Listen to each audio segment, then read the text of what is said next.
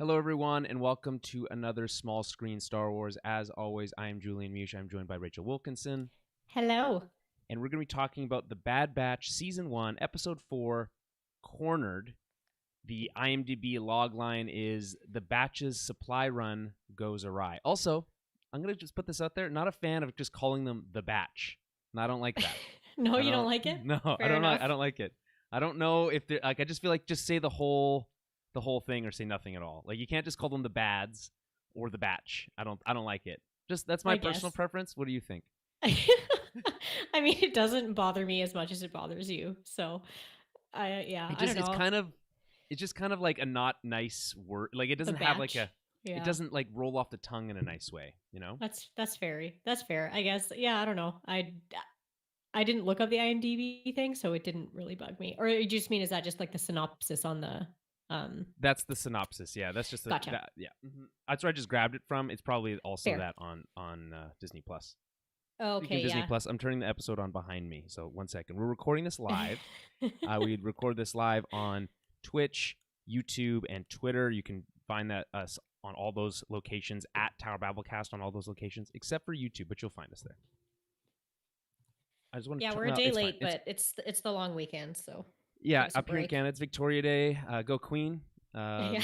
She's the best. Is that what it is? Okay. Yeah, it is. It used to be the Queen's birthday, my understanding. I looked this up recently. How could it used to be her birthday? Wouldn't it still be her birthday? Well, as in we're not like, so it used to be on her birthday, but because this holiday moves, it's always the first or the last weekend of May, right? I just call it May long, but. Yeah, that's so does everyone else, basically. Yeah. Yeah. But it's called Victoria Day. And anyway, so that's why we're a day late, and that's fine. I hope to be able to put this show up tonight. There's also a hockey game. It's also playoff season for the hockey. So if you're watching live, you'll see my Jets jersey behind me. And I'm really excited. There was a big game last night. They're going again tonight. So we're not here to talk about hockey, but we do need to be out of here in the next hour. So let's go. We'll try. Okay. Here's the thing though. Before we get into the episode, I did want to mention, and I promised I'd go and I'd look, and I paused the episode on every helmet face thing on the Star Wars intro screen. Oh, I'm glad you did, because I didn't. Well, someone has to do the work around here. So I stopped it. I did no further research than that, though, for the record. That's fine. And so it's just off my own recollection of these helmets. So here's what we got. Okay. Helmet 1 is Grievous. I think that's pretty obvious. Okay. Mm-hmm. The second one, I think, is a Rebel Starfighter helmet. I think it's not clear. Or it might be a clone Starfighter helmet, because there's a lot of like Clone Wars stuff in here. After that, there's an Astromech. It looks a lot. It's got like the flat top. Looks a lot like Chopper. Don't know if it's Chopper for sure, but looks like it. Okay. After that is Crosshair's original helmet. You were right. Okay. See, I told you. I thought I saw Crosshair's helmet. Yeah. Then there is a commando droid head, and then there is so now there's two here that I'm like really don't know the origins of. One is, do you remember there in Rebels, Ezra had like an Imperial helmet that had like a face that you could pull off. You could pull off the front part of it. Oh yeah. So there's one of those. I don't remember what those are. Those are they're like Imperial like scout, not scout troopers, but they're kind of like the police, or I don't remember what they did or where those helmets come from, but that's one of them. Okay. Then there is a stormtrooper variant of some kind. It also kind of looks like an AT-AT driver helmet. It's got like the flared back thing going on, the kind of the Nazi helmet-esque look to it. Okay. It's what they're inspired by. What do you want to tell you? Fair enough. And then there's Bo-Katan's helmet, or one that looks very much like it. And then I think it's Hunter's helmet, or a like variation on the Stormtrooper helmet.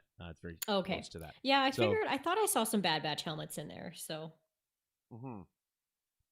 And it could be wrong about lots of these. I don't know for sure. I'll look. I'm pretty good with that kind of stuff if I'm actually looking at it. Okay. But just because it's because of the homework.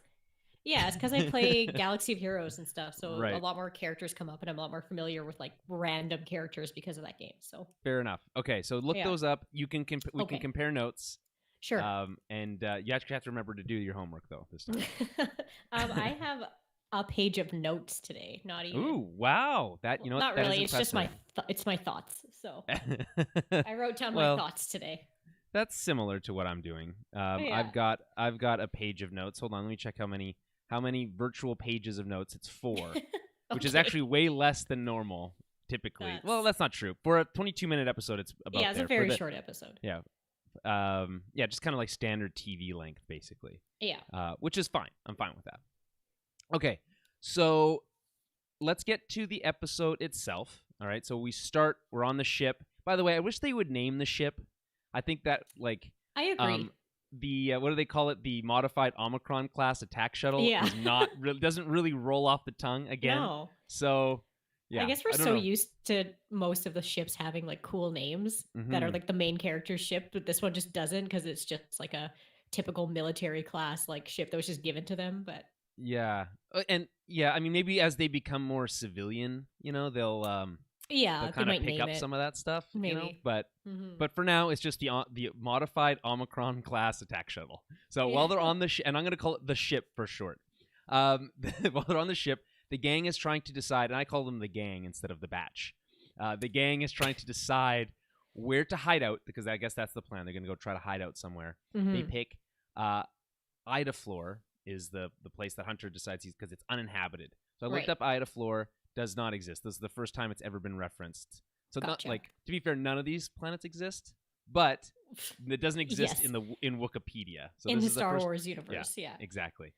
So this is the first time it's been used, and it's uninhabited. So nothing really exciting there. So, but Omega is not excited to go hide out. She's like, I've been living on, what the hell planet she's been living on the whole time? Camino. And she just wants to see the world, Yeah. So she's all bummed, but whatever. The rest of the crew's not fazed by that. But more importantly, they're almost out of fuel and supplies. They're running out of the stuff that was provided to them by the Republic. And to make matters worse, their ship's signature is on a wanted list. According to Echo, the chatter is saying that they're kind of wanted now. Okay, so Tech's idea is to scramble it. That's his plan. I do love how just like we get no explanation how or why, but they're constantly somehow tuned into just chatter, like radio chatter. There's always chatter. It's either like Echo or Tech, and it's just like, oh, I can hear on the chatter comms, and it's how are you doing it? You know what it is? It's Imperial Twitter.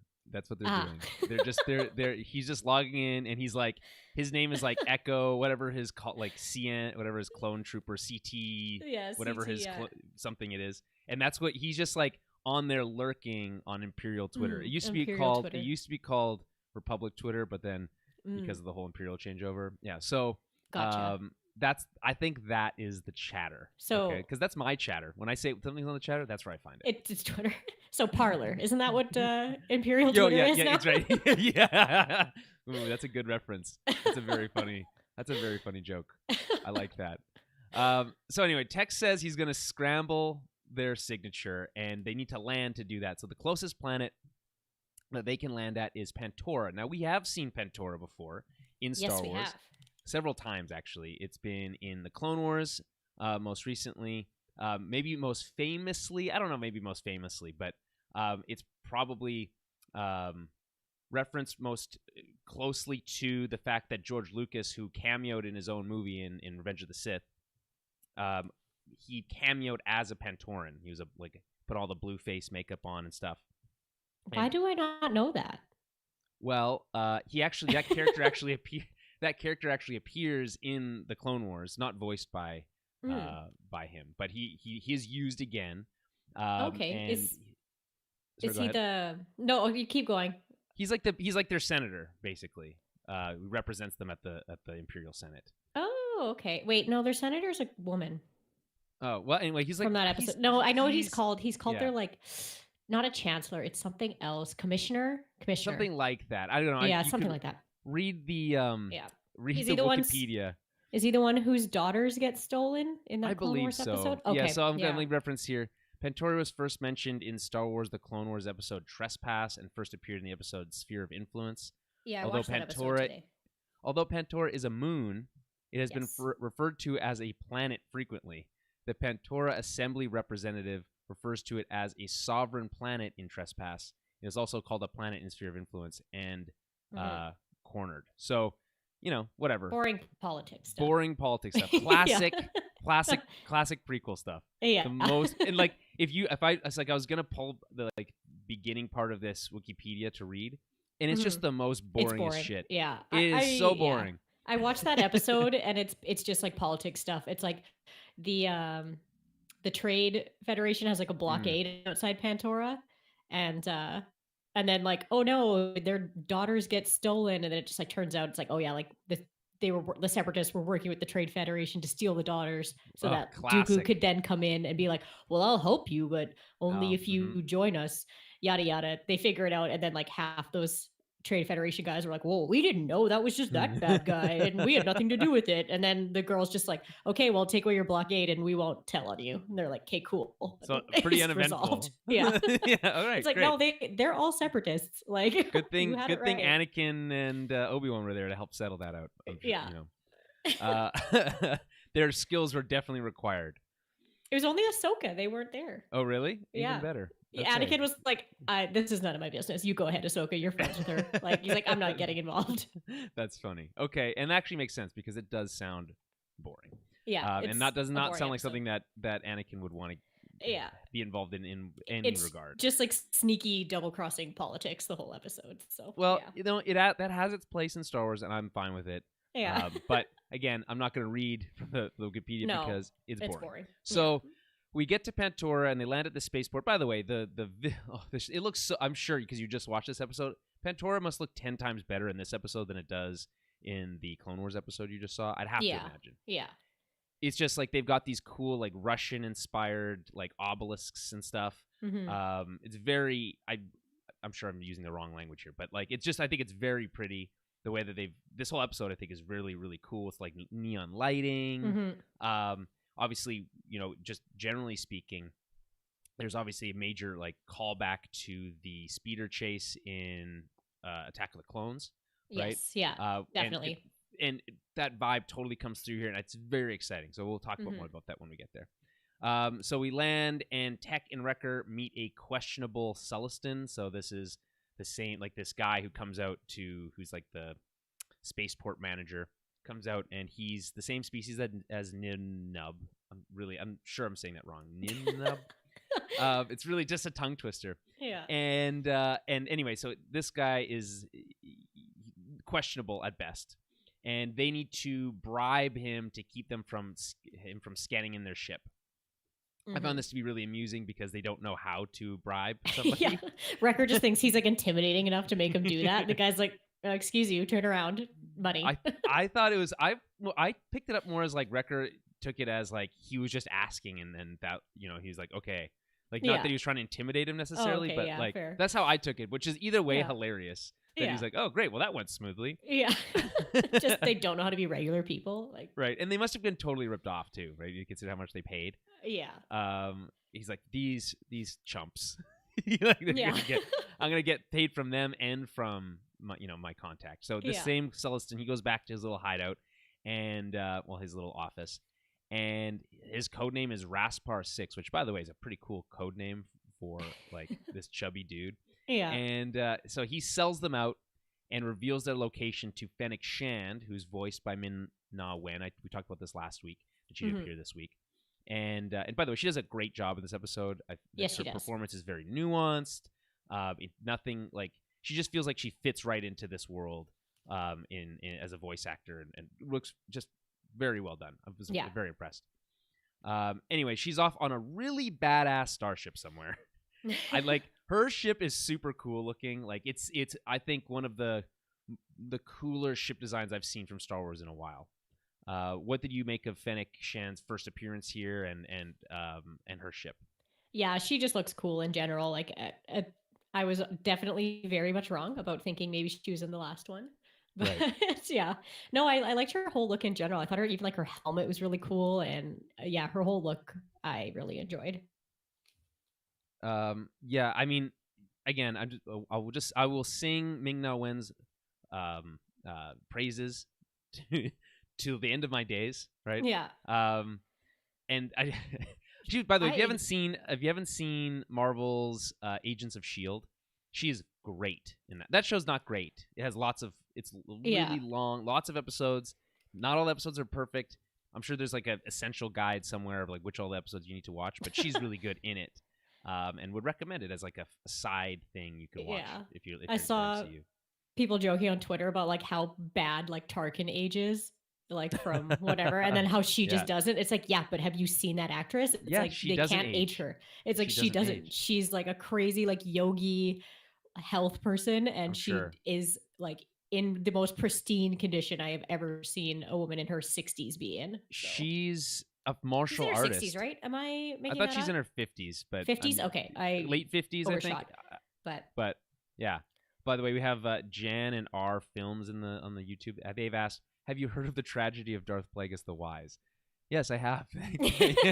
I have, in fact, many times. Yes, many once times. Or twice. Yeah. But hey, glad to have you in here. All right, so let's move on. They say Fennec. They talk to Fennec. The important part here is that we see that Fennec is looking at a holo of Omega. Really, just again driving home what we speculated last week, which is that she's really the target, not the rest of them. Yes. And that's going to be important later on. Okay. Meanwhile, Hunter and Echo and Omega go off on a supply run to sell their last explosive. Wrecker's not excited about this. Yeah, he's like, "Oh, you guys are gonna need me here to fix the ship. Well, you guys go sightseeing and sell the last bomb that I had, and that was my favorite bomb." That's basically what Wrecker was like. Yeah, I love how too they're just straight up with him. He's like, "Why do I always just stay back at the ship?" It's like, because you're not conspicuous. You're a big loud dummy.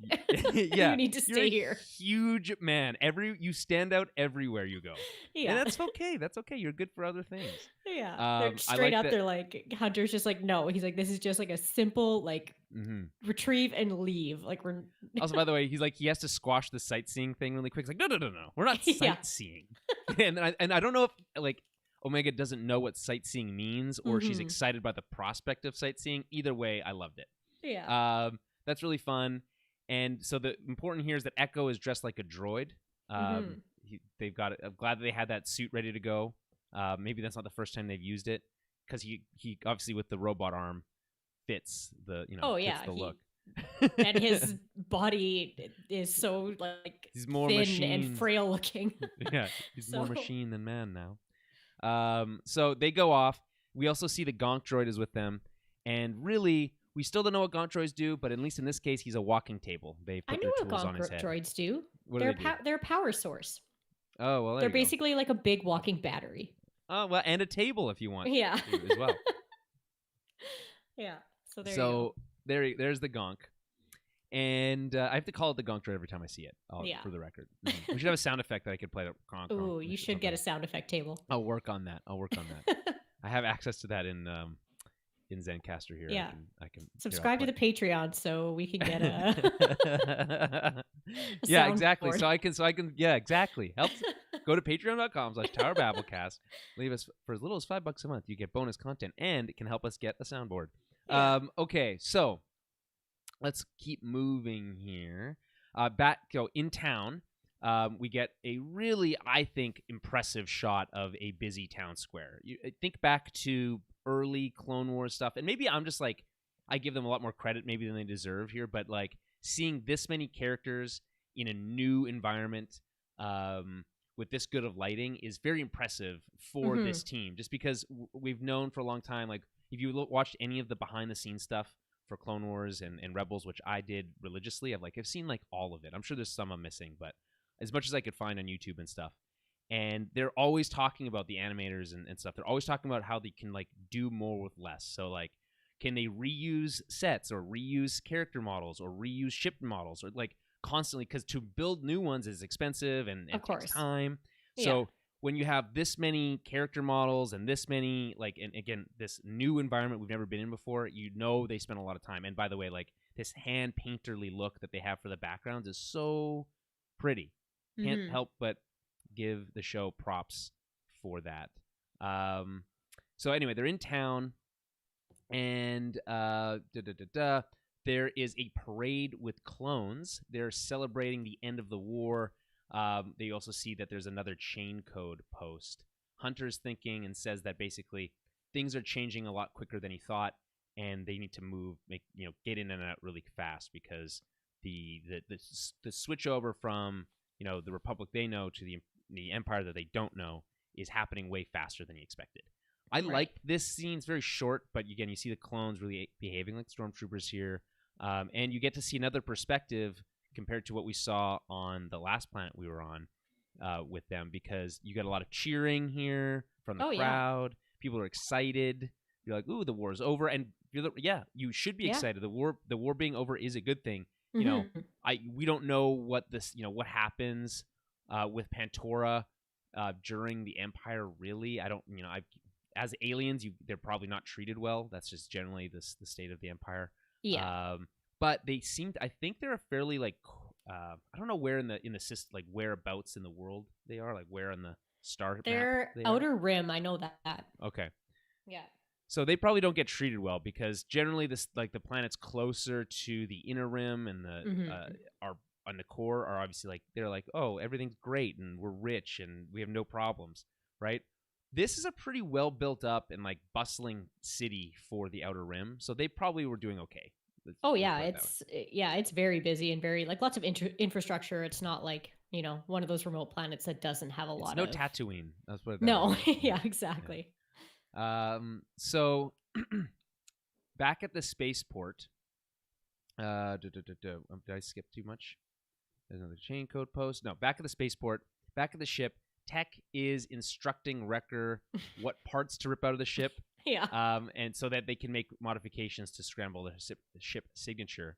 I just love how he's Tech's saying hey, it's just gonna be behind here and here, and then Wrecker's like blah blah blah blah blah blah. Just tell me what to rip out. But the way he's just frustrated. The way he says, "Just tell me what to rip out," is I think a brilliant line reading. It's not an angry, just tell me what to rip out, just kind of no. I know what I'm here to do, just tell me what I need to do kind of situation. Yeah, it's just kind of frustrated, I don't care about all the big words you're using, just tell me what to do, enough. He's just exasperated. Yeah, exactly. I just a really great line reading from D. Bradley Baker. I do actually like seeing this part of it too, because I've always been curious what a signature is. You always hear about signatures and ships having signatures, and I never really fully understood exactly what that meant. I'm what is it though? I think it's your it's in a little your car beacon, I guess, a tracking but think beacon? of your car every car has a unique identifying number on it. Yeah. Yeah. I feel that's what it is, but in space, everything is broadcasting stuff. Right. But in on when you're flying, so as a pilot you have a transponder, right? And your transponder has a code, and you transmit that code when you need to reveal who you are. Right. But yeah. You can change the transponder code at whim, when you're flying. So this sounds like it's hardwired into the ship. Yeah. So it's not super easy to change it, because I'm always wondering why don't people just rip them out then? But I guess you can't really be flying around in an undocumented ship, because that's also kind of sus. So right. Yeah. Yeah. Ooh, sus. Good using the young kids lingo. Nice. I'm young. Don't worry about it. Okay, obviously you are. You've used the language. Me and it's funny. I was gonna say me and my friend Mike. Mike. So he used to say suspy before sus was a thing. Yeah. And I think suspy is way better. And I wish that people suspy. Suspy. I think it's so funny. Does that also mean suspect? Yeah, okay. you're suspicious or suspy. Oh, okay. Yeah. Mm-hmm, yeah. Yeah. I think I always thought it was hilarious. So I just try to make that happen instead of sus. I know that's might be too late. We can do it on this podcast. It's fine. It can be for us, and Mike will appreciate it. They're making up new words every day. We can start. Who's they? Just them. Those kids. Yeah, those kids making up new words all the time with their TikToks. Yeah. And their whatnots. Okay, so back in town, Hunter is negotiating the sale of his Pyrodenton. I like the name here. Pyrodenton's cool. Sounds dope. Mm-hmm. And then he thinks it's worth 1,800 credits.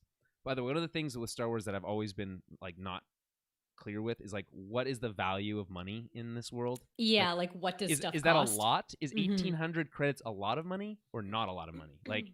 If it's equivalent to dollars, that's a decent amount of money. I feel $1,800 for one item. So.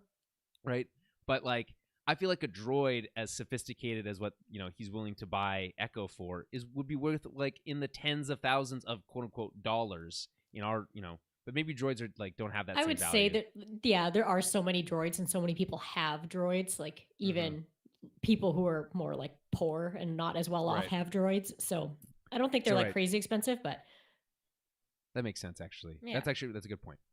Anyway, this reputable salesman is not interested. He's like, maybe on the black market it's worth that much money. And so Hunter's like, shit. But Omega is playing with a clone trooper doll. By the way, this doll looks very similar to the stormtrooper doll that a young Jyn Erso plays with in Rogue One. So and it just has like a similar like look and feel to it. Yeah. I think. So anyway, and this shopkeeper sees Omega and Echo interacting with this doll, and he's like, you know what? I want that droid. That droid looks really cool. And I guess what they're showing here is like how like nuanced his ability to move is. If he thinks he's a droid, like look at him like adjusting the doll, so it's like very intricate motion and movements. He's like, that's worth something, right? Well, I think those droids, like obviously droids do have value. You even see that in the newest trilogy there, where she has BB-8 and she's trying to like sell her scrap parts, and he's like, yeah, well, give me that droid and I'll give you all this food, right? So they do have some value, but yeah, I mean, again, and let's not get caught up in the nitty gritty. It doesn't matter what the value of a droid is, but either way, Echo doesn't think he's worth 2,000 credits. I love it. He's like, they're not even selling him for real, and he's like, you need to get more for me than that. Just offended. He's like, fine, I'll do it, but not for 2,000. Which makes me laugh because that's such a like protocol droid thing to get like huffy about. It is, and he's like, you know what, you're really getting into the role. Yeah. By the way, we just need to take a second to think about what they're doing here. They're fucking ripping this guy off. Oh yeah. and he seems like an old man. Like he's like a nice guy. Like he seemed enough. Like he's like, listen, I'm not gonna buy your shady explosive. At all, sir. Excuse me. This is extremely dangerous. First of all, second of all, I'm running a tight ship here. There's police everywhere. This doesn't work this way. And then just completely ripped him off. Hope he has insurance. I don't know if there's I don't think insurance exists in Star Wars, to be honest. Probably not. Anyway, so they negotiate to 3,000 credits, and they make the trade.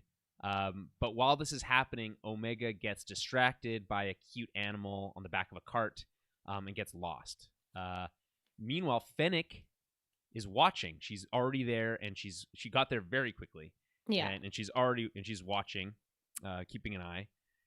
Omega chases after her doll, runs into a stranger, and gets like overwhelmed. Like there's lots of stuff happening. There's critters here. There's people everywhere. This is all very new to her. This is like the busiest shit she's ever seen.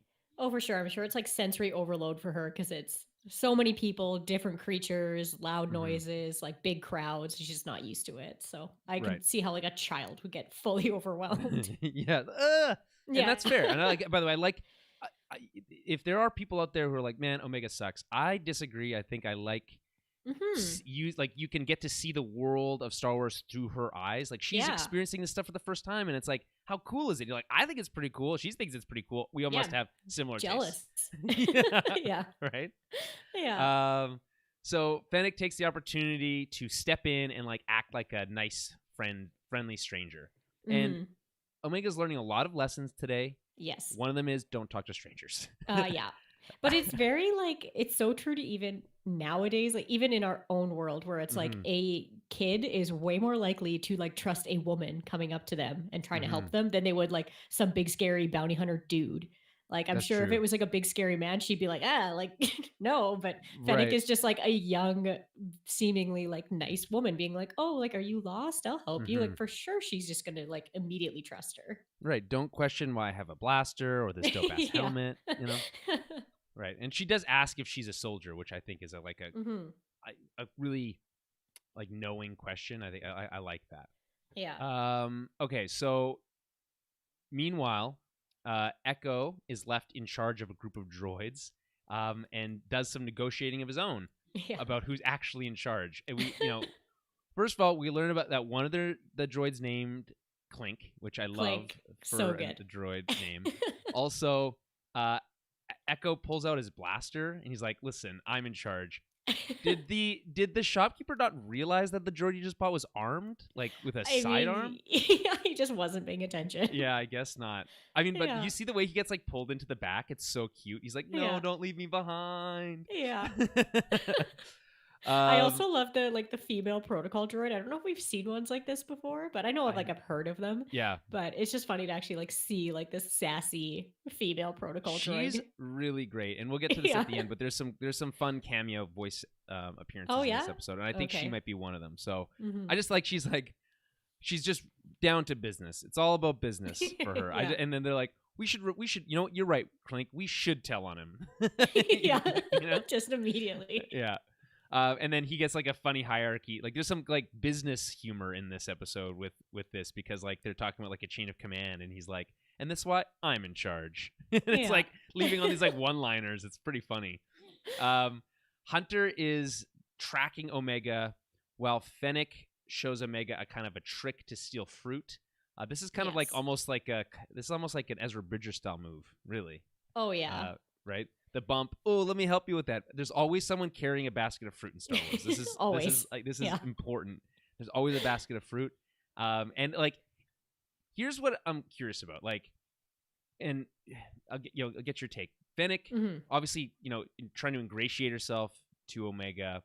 Do you think that there is a and we've already seen her as like a quote unquote good guy later on, right? So we kind of are, not incentivized necessarily, but we're willing to be able to believe that she's not all bad, but she is trying to kidnap a kid. So kind of how do you balance that? That's true. See, I find, and I was going to kind of ask you the same thing, because there is a very and I thought it was like a genuinely sweet moment between Fennec and Omega, because Omega says to her like, "Oh, you're alone too? Well, just come with us. You can join our crew." And Fennec is just like, "Oh, that's the best offer I've had in a long time." And I honestly think that's sincere. Do you think really? Okay, interesting. And I don't think not that I think she's interested in the offer, but I think just having that that innocent and that much trust and that much innocence of an offer, that she's kind of like, shit, not feeling bad, but I just feel like she's kind of like, man, she can kind of get that sweetness from Omega and that innocence. So I do think she's kind of picking up on that a little bit. And, I think she was sincere, being like, yeah, I mean, that's a pretty good offer, kid. I'm going to take you regardless. But I picked up on it a different way. And that's kind of the way I interpreted it, which is that she's kind of thinking like, oh yeah, I will come with you, and then I'll just turn you all in. Oh yeah, I'm sure she's. I kind of that's kind of I was kind of thinking yeah, that sounds great, because that makes my job way easier. If you just invited me onto the ship, I could just capture everybody, and we'd all be I'd be much richer and everyone would be happier. I do just think she genuinely finds that offer kind of sweet and endearing. Yeah. Just being like, okay, this is kind of a cute kid, but I'm still gonna take you. Right, because she does, let's not underestimate. She is a badass. The stuff that she does in this episode is not only is it really cool, but pretty dark. She does some pretty crazy shit. But I'm wow, you are ruthless. Yeah, does not care. Yeah, but we'll talk honestly, about it so does Hunter. But we'll get to it. Yeah, kind of. We'll get there. Yeah. Okay, so Hunter shows up, and then there's a bit of a standoff here. By the way, this is a classic knife versus blaster standoff, because he doesn't carry a blaster because he's an idiot. So he's like, just shoot him. This is the classic scene from Indiana Jones, where the guy pulls the sword. He's like, wah, wah, wah, and then Indy just pulls the gun and shoots him. She has a gun. Just shoot him. Right? Yeah. Anyway, so there's a cool standoff. He throws the knife. There's a block, and I thought it was pretty cool. He does get knocked out kind of easily here. But whatever serves the story. I'm not going to complain too much about that. It's a little bit tricky. Any thoughts on this kind of where she gets lost and the selling and the of Echo and all this stuff? Any notes that you have that you want to touch on? No, not really on that. I just I did think that was very cute. Just some of those little moments there, and then I literally just wrote, because I have to notice them every time I see them, that there were Loth cats in the market. Right. Because they're oh, there's pets, and it's literally there's always Loth cats, and it just makes me laugh. I just love seeing them everywhere. What's the difference between a Tuka and a Loth cat? So this is I'm learning What's that a Tuka? That's the like doll that Wrecker has that looks like a Loth cat. Oh, is that? I Yeah. thought it was like a. I don't know. I don't know the And difference between a Tuka and a Loth cat. Apparently, they're very similar. They look very similar, and I can't yet tell the difference because they do make a lot of appearances now. We've seen them in Mandalorian many times. Interesting. Obviously, they made their first. We've seen them. I don't know if their first appearance, but like the most obvious one is in Rebels, right when they're on Lothal. So I think they're the same. Literally, the same pictures are coming up for both. So okay, all right. So there we go. Maybe they're just know. like it's like how we have like mountain lion and like unless like different terms for the same animal. Unless the cats, because some of them are kind of blue looking, so maybe the ones that are more bluish green are Tukas, and Loth cats are like look more like cat colors. But here's the thing: if that's the case, not a fan of this distinction.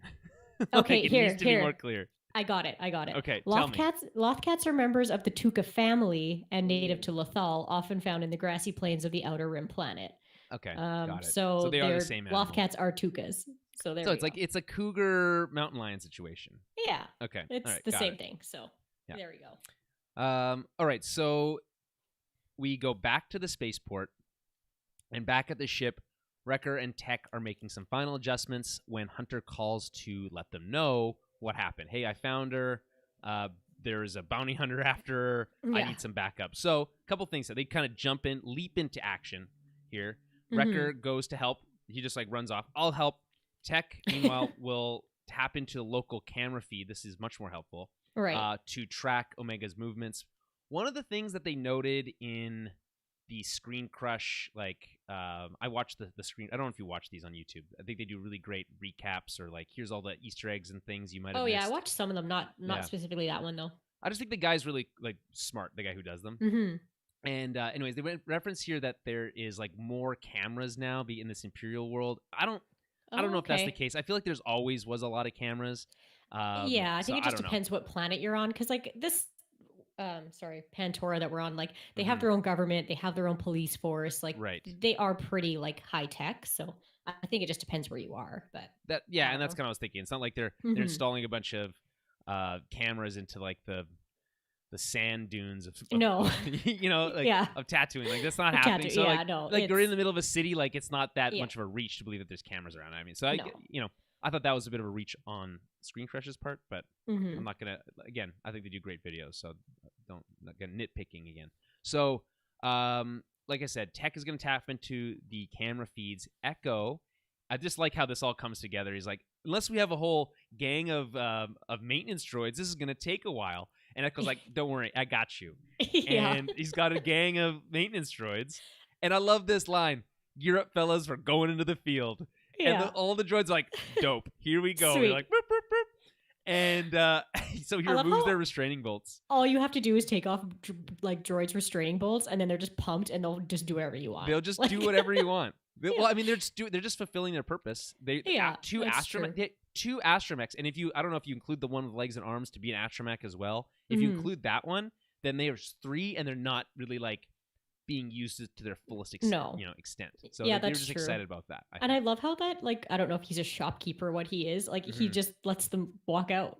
Well, I mean, he's just like, bye, I guess. I think he's more like getting threatened by Echo. We don't really see that, but like, she's like, "You're not a droid." He's like, "No," and then he hands him the restraining bolts. Yeah. Right. Like, and just says, "You got a deal on me," but it's like, did he? Because I think he kind of got ripped off because you were there. Yeah, you were there for 20 minutes, and you took all his droids and left. Like, what did you do? Did you nothing. like we see him like sitting on like a stool. Like, did he like help reorganize the inventory or something? Yeah. Like, I don't think so. It seems to be like he just went in there, took his money and his droids and left. Yeah, this guy got a real like rough deal, I think. Yeah. So back in town, Omega decides to hide in the sewers / maintenance tunnels, and she's followed closely by Fennec. And this is all being watched by Tech. She runs into Wrecker, who has his own brief standoff with Fennec. Yes. Really short. He gets his ass kicked pretty quickly. I have a small issue with this. Yeah, you don't like it? like Fennec messing up Wrecker is just like a little much for me. Like I get it, she's a bounty hunter, but she's also a human and she's not a genetically modified giant man clone. No, but Like- it's like the bigger you are, harder you fall thing. Like she used his own True. momentum against him and then I like smashed his head guess. into the side of a. I still feel like the amount of momentum he had, like she wouldn't have just been able to like slam his head into. Like I would have Maybe- liked to see a little bit more of a. She used her like intelligence against him. Right. Like, that's what I've liked to see of like her basically doing the same That's thing, fair. but a little bit more of like brain over brawn. I would have accepted more than her just like what's you over know, there, and then like whoop, yeah, just bang. like fully just smashing his head into a wall. Right. And again, Wrecker just concussed. Well, I don't know. fully Like again. you don't like. She's probably scouted them and knows them, but like we Yeah. don't know how much she knows about Wrecker, right? Like It's does true. she might think that he's very capable, and Yeah, like, does she's he gonna know that do he's this a big dummy? But... right? Yeah. So like maybe she's just like, okay, I'm gonna make short work of this because the kid's getting away, which is really Yeah. what it is. No, for sure. But I think you make a good point. I think a little bit of a longer, more involved. I would have just liked to see something like a little bit more of like she pulls down like a pipe in front of him and clotheslines him. Like that would have made a little Right. bit more sense to me than her. Maybe just, she like... throws a pipe at him and says, "Let off some steam." Okay, we That's don't need like an old school Batman movie. That's not no. That's from Commando. Okay. Okay. Okay, and Arnold Schwarzenegger says it. So he doesn't say it in a Batman movie. It's not him as Mr. Freeze. That's not him as Mr. Freeze. There's way better puns. Sounds familiar. Nice to meet you, Batman. Yeah, Right. exactly. What killed the dinosaurs? I get endless joy out of Mr. like Schwarzenegger, Mr. Freeze, but I know others don't. But like in Commando, his like arch nemesis, he grips a pipe off the wall and throws it through him like a spear, and he says, "Let off some steam, Bennett." And it's like, it's pretty good. It's pretty good. I'm gonna be honest. Fair enough. I'm a fan. So, where were we? Fennec just messed up Wrecker. Right. Side note, I did kind of like this whole tunnel thing. It reminded me of like Lothal stuff, where like the rebels had to, or not rebels, but the Phoenix Squadron had to escape through those same kind of like tunnels before, and that's where like some rebel cell groups were. Reminds me of Mandalore and Coruscant as well. Yeah. Like there's a lot of these tunnels they're always people size, which I appreciate. Yeah, just massive. Yeah. So he gets his head smashed. He gets his head smashed on the side again. Do we note this as like here's another head injury for our good friend Wrecker, or is it just like keep notes? Yeah. Okay. Keep a tally of how many. There's now at least 3, I think, since. Yeah. Yeah. So Omega makes a break for it up a ladder, but when she gets to the top, finds out that she's on the top of a maintenance tower. It's a really tall ladder. You go from a sewer all the way up to all the way up to it. Yeah. All the way up to a tower. And so she's up there, again, overwhelmed. Back at the spaceport and back at the ship, Echo and his crew of droids get to work on the ship. And this is a weird line for me just because it's like, she's like annoyed that he's like giving orders, and she's like, I'm not programmed to build or repair starships, but then immediately tells them how to repair the starship, which is like, what are you even talking about? But we also learned that the cutest droid, the one with the little stubby arms and legs, is the one named Clink. He's the coolest. He's so adorable. Like bump, bump, bump, and then so immediately picks up a part. Love it. Yeah. Love it. Just and knows. by the way, the Gonk just sitting there doing nothing. But he's a power source. Doing whatever he can. But I never see them plugged in. I don't know. So back in town, Fennec tries to blast her way through the locked door at the top of the tower. This scares Omega, and she falls, ends up hanging from the tower.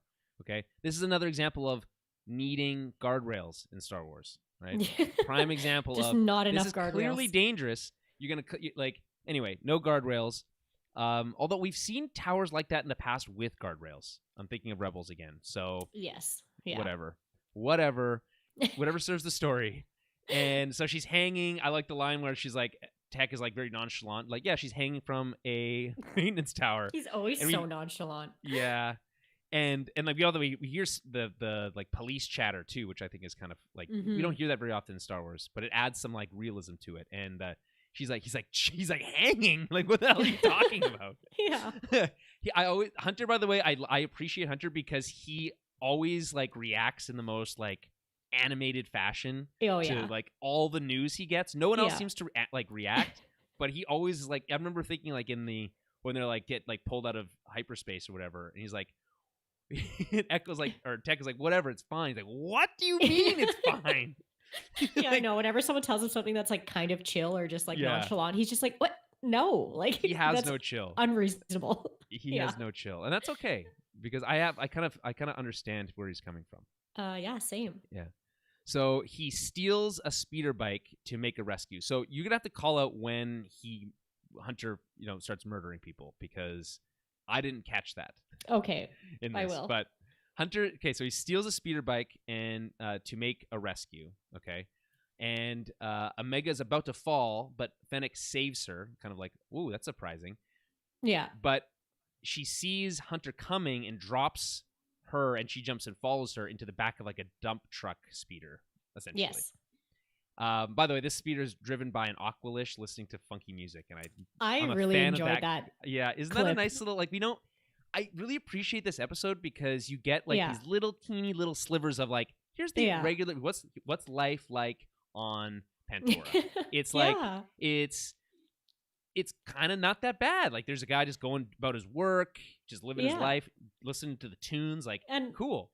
I really enjoy when Star Wars throws in a little bit more of like a I would say like more our type of music too. Like it's not just like doot doot doot doot like Star Wars music. Same song. This is like it was kind of like beatboxing. Like, oh, that's cool. I like them throwing in those little extra bits of like flair when it comes to like what people are listening to on the radio or what like a cafe they're walking by sounds like. Yeah, totally, 100%. And I like I just like obviously techno music fits the Star Wars it does stuff. For sure. So, but I just like anytime we can get more of like life as a regular Joe in Star Wars, I'm a fan of that. Like often like it's not that exciting, but because we get so little of it, like it really builds out the world, I think. Yeah. So anyway, they're chasing this truck. Where was I? Blah blah blah blah. Wrecker heads back to the ship while Omega tries to save herself by activating the dump mechanism on the truck. Okay. Mm-hmm. The truck, like I mentioned, the truck driver was Aqualish. Omega ends up. I was writing notes here, and I remember even watching the episode, but I don't remember the sequence of events where something crazy happens. She like falls and ends up hanging from like a rope off the back of this truck. Yeah, it looks like almost like the load that's secured on the thing breaks, and it's kind of like the straps that you would use to like strap things down to like the back of your truck. So she's hanging off one of those. Yeah, that makes sense. Yeah. So she's hanging onto that, and meanwhile Fennec steals another speeder. This is the first like legit murder I see because she just grabs the guy and throws him out. Yeah. And like I was watching this and I'm like, whoa. Like I didn't realize we were going there. I didn't realize we were going there. Now it's like, oh, she's like full in it. Doesn't care anymore. Just that guy's dead. So there's one murder on her conscience. This speeder design really stupid. It fits like one person, maybe two, and it's like all ship, no seating. Yeah. It's really dumb. I don't know. Like I was talking about like a really cool ship design. Fennec Shan's ship is like, wow, that's cool. Like reminds me of like the Normandy in Mass Effect and stuff. But like this, real dumb. But I guess not dumber than any of the other speeders we see in like Coruscant we see lots of dumb looking speeders, but what's the purpose? I think of like those like dual cockpit ones from the Cloud City, where like, what's the purpose of having your co-pilot in a different room than you? Yeah. What are they doing over there? I don't know. So Hunter uses the last explosive that they have to blow up the stolen speeder. So you're thinking here's just really reckless of him to just blow up a speeder in the middle of a highway, basically? Yeah, like he just takes like a whatever it is, like a proximity mine, pretty much. That was the last. It was the pyrodentin. It was the last one he had. It's insane. I wrote it down here. I wrote Hunter throwing a detonator at Fennec in the middle of a busy ship lane is reckless. Like, yeah, it is reckless. There's tons of other people around. He's a soldier. He doesn't know how to. He doesn't know how to be a regular citizen. He's just. That's true, but there's like so many civilians. You're in the middle of a city. It looks like it's basically rush hour. That's like me blowing up somebody else's car in the middle of rush hour. But I must mention again, this whole sequence is so good looking. Like, there's the ships. Like, so many things are happening here, but like.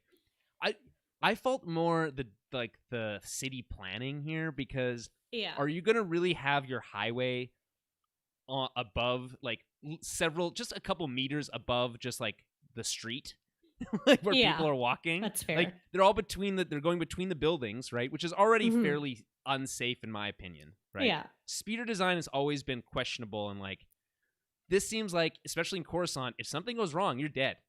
Oh yeah. Like there's no 100%. Pulling over to fix a tire. Absolutely not. Well, Fennec also doesn't she shoots one of the police that are chasing them, and he goes flying into like a building and explodes. It's like and like they don't shy away. Like they show the blaster bolt go through the windshield and through him. Yeah. This is, by the way, the second time they've shown a blaster bolt go through a windshield. I think maybe they figured out a way to do that like from an animation standpoint. We need to show this off because that happened last episode too. Yeah. So like. Yeah, whatever. Like it's pretty badass. This chase is like, and I saw a lot of people comparing it to like the Anakin Obi-Wan chasing Sam Wessel. So it does have that very same like chasing that bounty hunter and how dangerous that actually is because they do not give a fuck. Like, well, and there's no Jedis here, right? Like, so there's no like leaping. I mean, there's some leaping from ship to ship, but like it's not in the same fashion. No, it's a lot more chaotic and way more dangerous for sure when these guys do it. But when Hunter gets like. I don't know what happens. He gets like rear-ended by Fennec. He goes flying. Like he goes so far. Like he's like across town. I thought that was like a bit much. Like how are you getting back from that?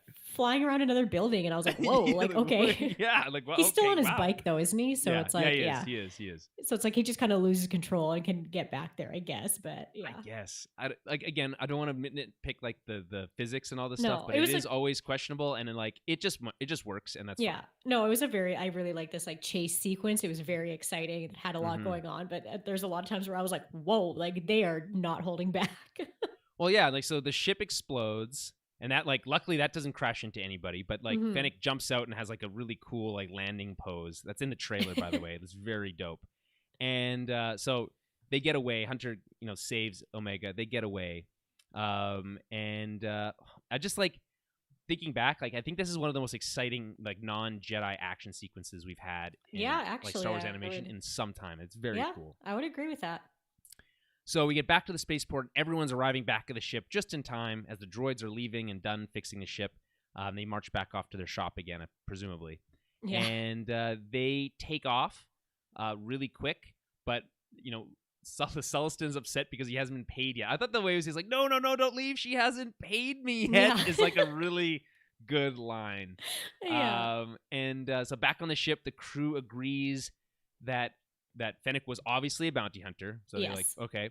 And they're like, they were obviously hired to go after Omega. They're like, she's the target. And I think the way they describe what's a bounty hunter? Someone hired to retrieve targets. What a PC way of saying someone who's hired to kill people. Yeah.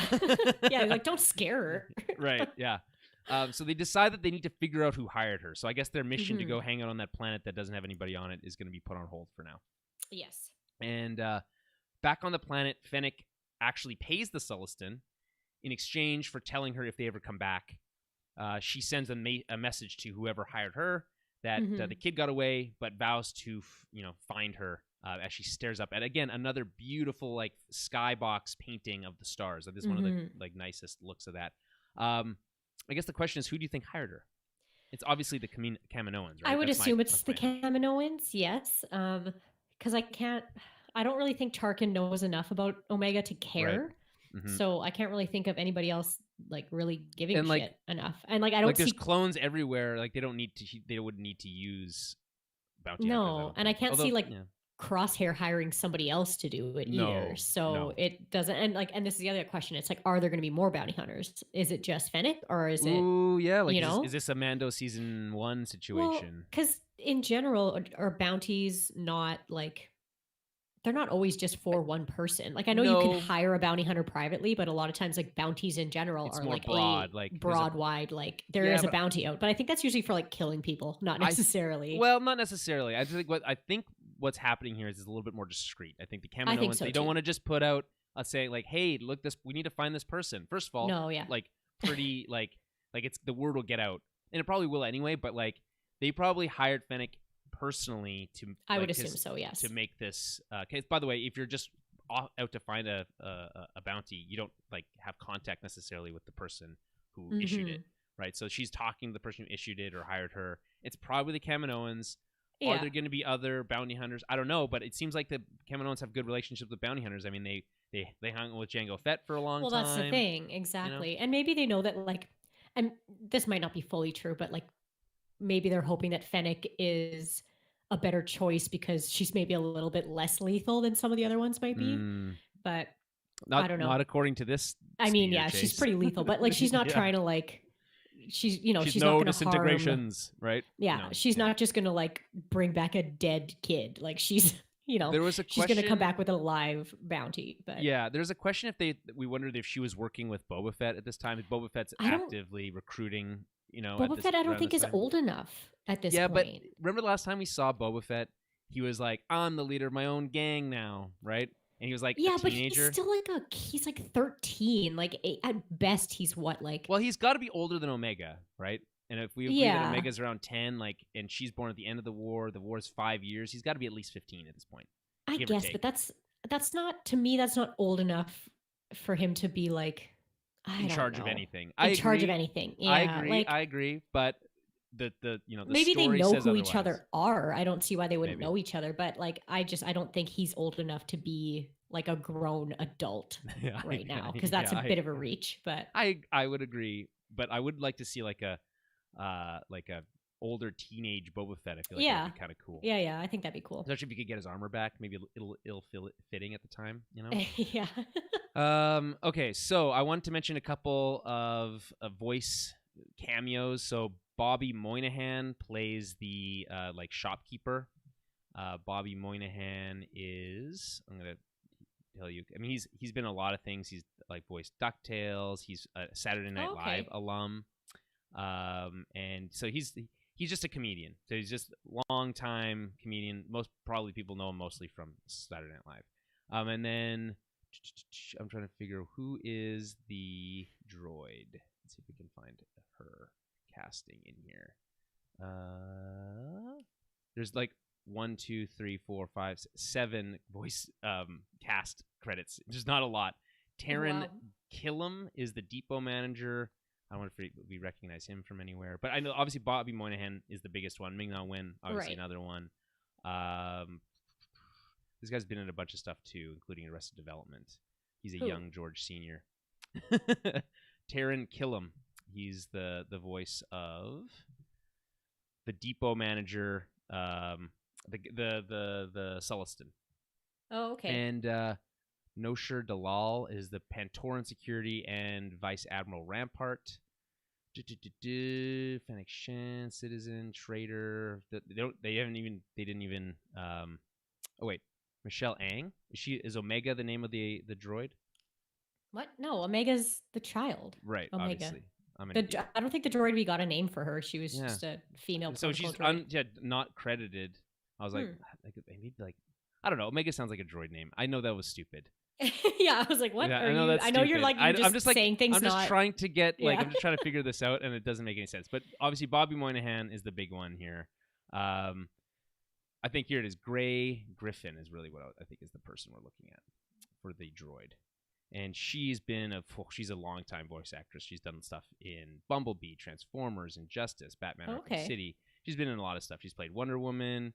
She's played like a million things. She was in Invincible. She was Monster Girl in Invincible. She's in Fast and Furious Spy Racers, which I guess is a kids show. Oh, I was like, is that another Fast and Furious movie that I had not heard of? No, it's a kids show. She's commercial, and she's the commercial announcer in WandaVision.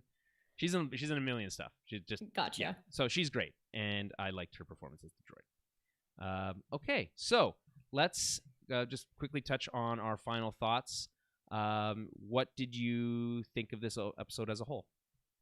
Yeah, it was like, I don't know. I really liked seeing Fennec, and I really, like I said, I really enjoyed the whole chase scene. It had a good action. It had good little bits and pieces.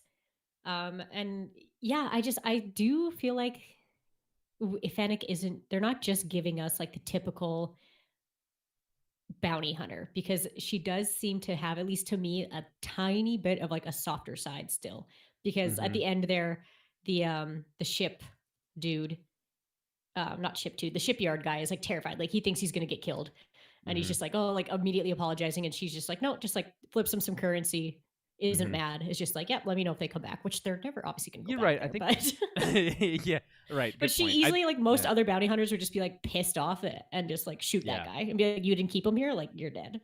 So I do think we're seeing like a bit of a softer side for a bounty hunter, which I think is kind of cool. But yeah, I don't know. I mean, I think if she sticks around or is a part of the series, I don't know. I think it's just on that. I don't know. I think you could 100% be right here. I'm just wondering if she's around long enough. I think I agree with you. If she just like we pops in here and there, I feel like she could play a really cool Terminator. Like if you think of Terminator, right? Yeah. It's just this like nonstop, unstoppable force that's coming for you. She kind of has that, a little bit more personality, maybe more like the whatever T-2000 or whatever it is from Terminator 3, who can like look like anything. Yeah. That's not the point. And maybe even like if she is hired by the Cameos, she may have been told like to try not to kill the Bad Batch. Because like she easily could have just put a bullet in Wrecker's head. Didn't do that. Like she knocked both of them out. And like she knocked out Hunter too at the beginning there. She probably could have killed him. Didn't. So it's like, even though she is trying to like blowing him up. But that's what I mean. I was like, there could have been a lot of times where she could have killed those guys. Yeah, and that's she a good point. Kind of chose not to. So I'm like, maybe she is kind of told like, maybe do your best to try not to kill them. Right. Like maybe it's like, hey, Hunter, you brought a knife to a blaster fight. I'm not going to kill you. I'm going to knock you out instead. So maybe she is like, she does obviously have a softer side. We've already seen it. Like, and by the way, I bring up the Boba Fett connection because she obviously has a past with Boba Fett from Mandalorian that she references. So like somewhere along the line, she meets Boba Fett and there's some sort of debt. I don't know if that's happened yet. It probably hasn't. Is probably what you're getting at. So for me, overall thoughts is I think this is a very, very strong episode that does a lot of things right. So again, it looks really good. I think it drives the plot forward, right? Like we know that they've hired a bounty hunter. They're after Omega. We knew that already, but like, hey, now we're actually seeing it happen, right? Show, don't tell. So I think that's exciting. We get some brief character moments here. Again, Omega is being exposed to new ideas, new experiences. You know, she's learning about stealing for the first time today. Like, not talking to strangers. Like these are like big moments for a child. Like these are like things that you would learn as a toddler in a lot of ways. But she's not like, she's just not emotionally developed enough to have learned those things already and was very sheltered. So I think that's really big. Again, I think the performances here are great. Ming-Na Wen's performance is awesome.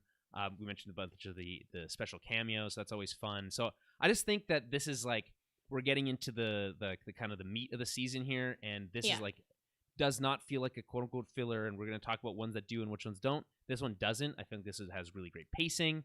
It's in and out really quick. And I would completely agree with exciting. That. Yeah. No, I would agree with that too. So that is season 1, episode 4, Cornered. I guess, do we have any thoughts on why it's called Cornered? I don't know, because she cornered. They get backed into a corner. Yeah, I guess. I'm like, is it that like, or like? No. I feel like they try to do more with the titles than that, but like, I think this one's pretty straightforward. Yeah.